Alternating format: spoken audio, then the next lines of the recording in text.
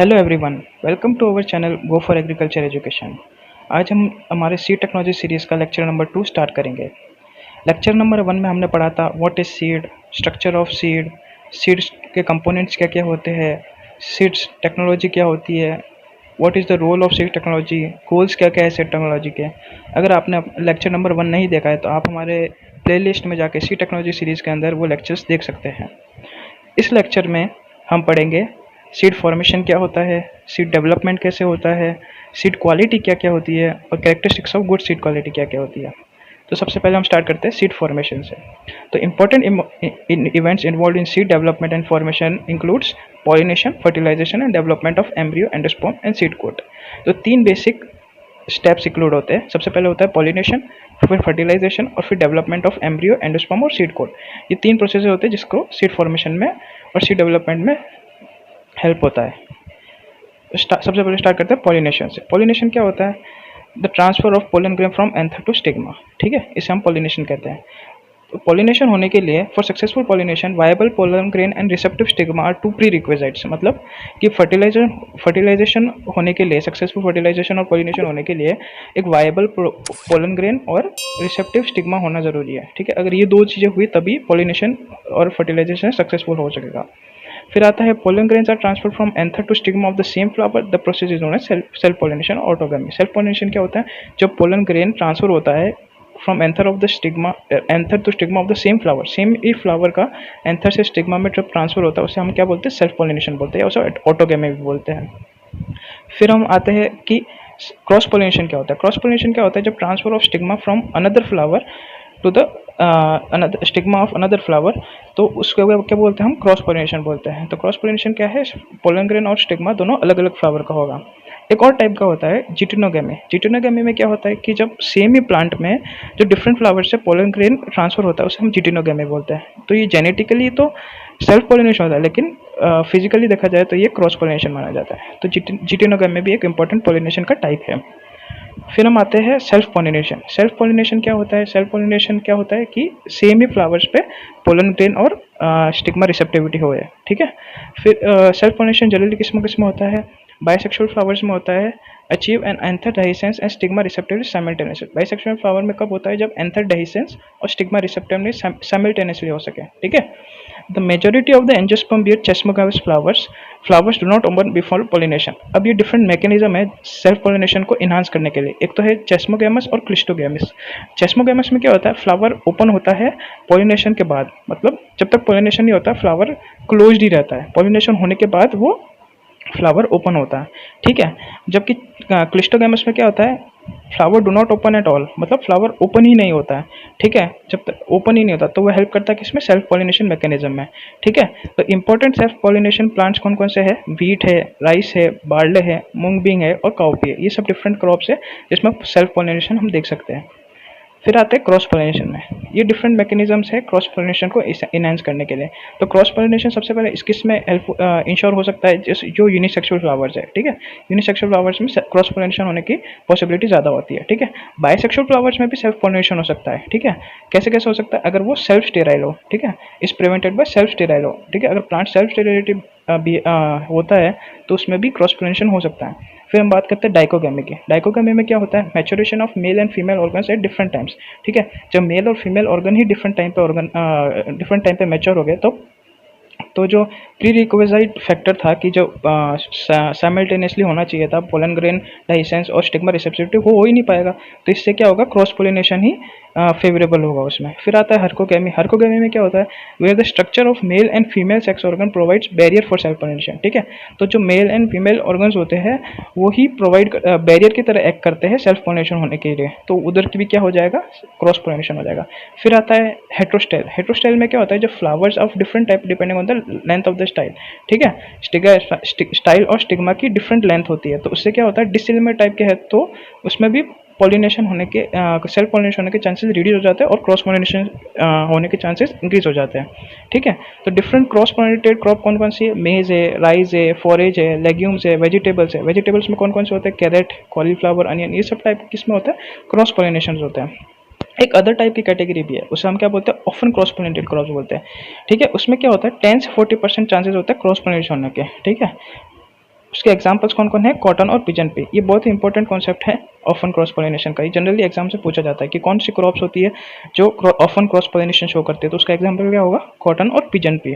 ठीक है, फिर हम स्टार्ट करते हैं फर्टिलाइजेशन क्या होता है। फर्टिलाइजेशन में क्या होता है, तो जो fusion of male and female gamete को हम क्या बोलते हैं, फर्टिलाइजेशन बोलते हैं सिंपल लैंग्वेज में। ठीक है, तो जो ओव्यूल है वो डेवलप होगा फीमेल गैमेटोफाइट में। ठीक है, और जो पोलन है वो डेवलप होगा मेल गैमेटोफाइट में। ठीक है, तो फर्टिलाइजेशन लेकिन हमेशा ध्यान रखना always takes place in female gametophyte. ठीक है, तो हमेशा फीमेल गैमेटोफाइट में ही फर्टिलाइजेशन होगा। Therefore pollen must transfer from male to female by pollen vector which may be abiotic और बायोटिक। ठीक है, तो जो पोलन है वो कैसे ट्रांसफर होगा, एक वेक्टर के थ्रू भी ट्रांसफर हो सकता है, या तो वो ए बायोटिक हो या बायोटिक हो। ए बायोटिक में कौन कौन से हो सकता है, विंड हो सकता है, वाटर होता है। तो विंड से जो पॉलिनेशन उसे बोलता है एनिमोफिली। ठीक है, और जो वाटर से होता है उसे हम बोलता है हाइड्रोफिली। जो इंसेक्ट से होता है उसे हम बोलते हैं एंटोमोफिली। ठीक है, और बैट से भी हो सकता है। ठीक है, फिर हम बात करते हैं सीड डेवलपमेंट की। ठीक है, सीड डेवलपमेंट में क्या होता है, तो fertilization develop of the fertilized ovule into mature seed involves several stages. ठीक है, एक सेवरल स्टेज में सीड डेवलपमेंट होता है। सबसे पहले आता है इंटेंग्यूमेंट।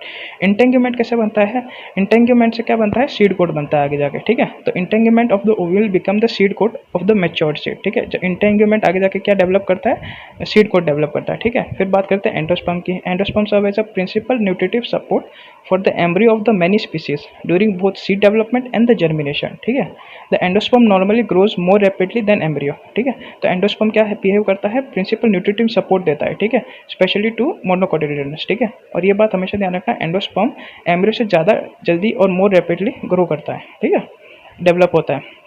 The seed coat development entanglements of the ovule undergo marked recognition of historical changes during maturation to form seed coats.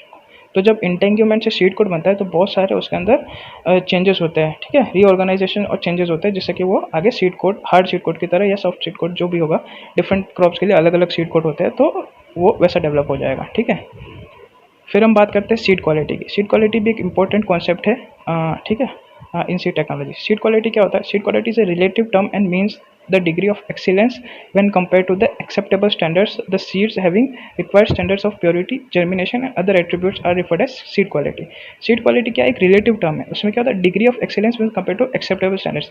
Acceptable standard से कितना वो एक्सीलेंट है। ठीक है, एक्सेप्टेबल स्टैंडर्ड क्या हो गया, एक बेस हो गया, उससे कितना डिग्री ऑफ एक्सीलेंस वो ऊपर है, उससे हम क्या बोलते हैं, सीड क्वालिटी। ठीक है, एक्सेप्टेबल स्टैंडर्ड से कितना ऊपर है वो। ठीक है, the seed having required standards of purity, germination, other attributes, उसमें एक प्योरिटी स्टैंडर्ड्स होना चाहिए, जर्मिनेशन स्टैंडर्ड्स होना चाहिए।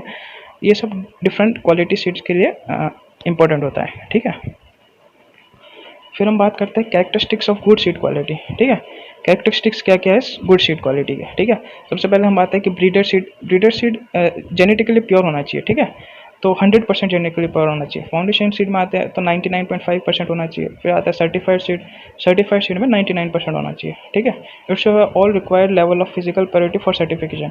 वो जेनेटिकली प्योर तो होना ही होना चाहिए, फिर फिजिकल प्योरिटी भी होनी चाहिए उसके अंदर। ठीक है, फिजिकल प्योरिटी से क्या मतलब है कि भाई ऑब्जेक्शनेबल वीड नहीं होने चाहिए, कोई अदर ऑफसेट क्रॉप्स के नहीं होना चाहिए, अदर क्रॉप्स के सीड मिक्सअप नहीं होना चाहिए। ठीक है, एड मिक्सचर्स नहीं होना चाहिए, सब वो फिजिकली प्योर होना चाहिए। ठीक है, तो जनरली ऑल क्रॉप्स की फिजिकल प्योरिटी कितनी होती है, 98%, जबकि कैरेट की कितनी होती है, 95%। फिर हम बात करते हैं it should have high pure seed percentage. ठीक है, प्योर सीड परसेंटेज भी उसमें हाई होना चाहिए, जैसे कि भिंडी है उसमें 99% होता है, अदर क्रॉप्स की जनरली 98% होता है, सीसम, सोयाबीन, जूट इसमें 97% होता है, जबकि ग्राउंडनट में कितना होता है, 96% होता है। ये सारे परसेंटेज बहुत इंपॉर्टेंट है from the point of view of examinations. ठीक है, it should be free from other crops seeds expressed in number and cages. और ये जो जितने भी जो गुड क्वालिटी सीड का कैरेक्टरिस्टिक है कि वो फ्री होना चाहिए अदर क्रॉप सीड्स के, उसके अंदर कोई मिक्सचर नहीं होना चाहिए। ठीक है ना, और जो उसका एक्सप्रेशन होगा वो किस में होगा, नंबर्स पर केजी के हिसाब से कितने। ठीक है, और it should be free from objectionable weed seed से भी उसको फ्री होना चाहिए। ठीक है, उसमें भी कोई वीड सीड नहीं होना चाहिए। ठीक है, तब वो गुड क्वालिटी सीड माना जाएगा।